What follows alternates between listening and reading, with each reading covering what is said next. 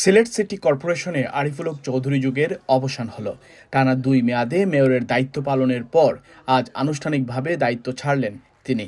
আজকে মেয়র হিসেবে দায়িত্বভার গ্রহণ করলেন আনোয়ারুজ্জামান চৌধুরী।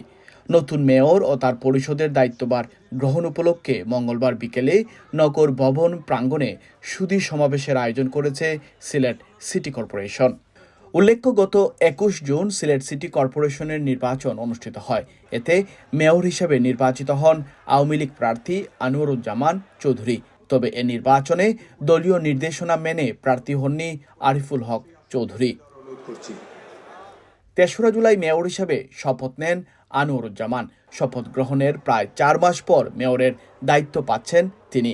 নতুন মেয়রের দায়িত্ব গ্রহণ উপলক্ষে বর্ণিল সাজে সাজানো হয়েছে নগর ভবন। নগর জুড়ে নতুন মেয়রকে স্বাগত জানিয়ে তোরণ টানানো হয়েছে। দুপুর ৩টার সময় নগর ভবনে মেয়রের কার্যালয়ে বিদায়ী মেয়র আরিফুল হক চৌধুরী নবনির্বাচিত মেয়র আনোয়ারুজ্জামান চৌধুরীর হাতে দায়িত্ব তুলে দেন। এরপর নবনির্বাচিত কাউন্সিলরবৃন্দকে নিয়ে নগর ভবন প্রাঙ্গণে সুধী সমাবেশে যোগ দেন।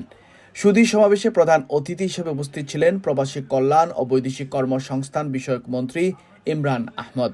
এর আগে বাদ জোহর মেয়র আনোয়ারুজ্জামান চৌধুরীর নেতৃত্বে কাউন্সিলরবৃন্দ হজরত শাহজালাল রহমতুল্লাহি আলাহি মাজার জিয়ারত করেন।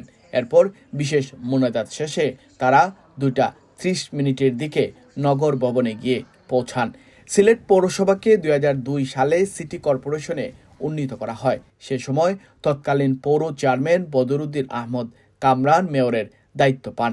এরপর ২০০৩ ও ২০০৮ সালের নির্বাচনে বিজয়ী হয়ে আরও ১০ বছর মেয়রের দায়িত্ব পালন করেন সিলেট মহানগর আওয়ামী লীগের তৎকালীন সভাপতি কামরান। ২০১৩ সালে কামরানকে পরাজিত করে প্রথমবারের মতো মেয়র নির্বাচিত হন আরিফুল হক চৌধুরী।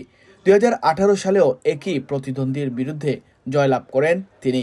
টানা ১০ বছর মেয়রের দায়িত্ব পালনকালে নগরের সড়ক সম্প্রসারণ, ছড়া উদ্ধার, ড্রেনেজ ব্যবস্থার সংস্কার, সৌন্দর্য বর্ধন সহ আরিফুল হকের কিছু কাজ নগরবাসীর প্রশংসা কুড়ায়। আবার অপরিকল্পিত উন্নয়নের জন্য সমালোচিত হতে হয় তাকে। বিশেষত হাজার কোটি টাকা ব্যয় সত্ত্বেও নগরের জলবদ্ধতা সমস্যা দূর না হওয়ায় সমালোচিত হন আরিফুল হক চৌধুরী। প্রথমবারের মতো কোনো বিদায়ী মেয়র হিসাবে আরিফুল হককে নাগরিক সংবর্ধনা প্রদান করে সিলেট সিটি কর্পোরেশন।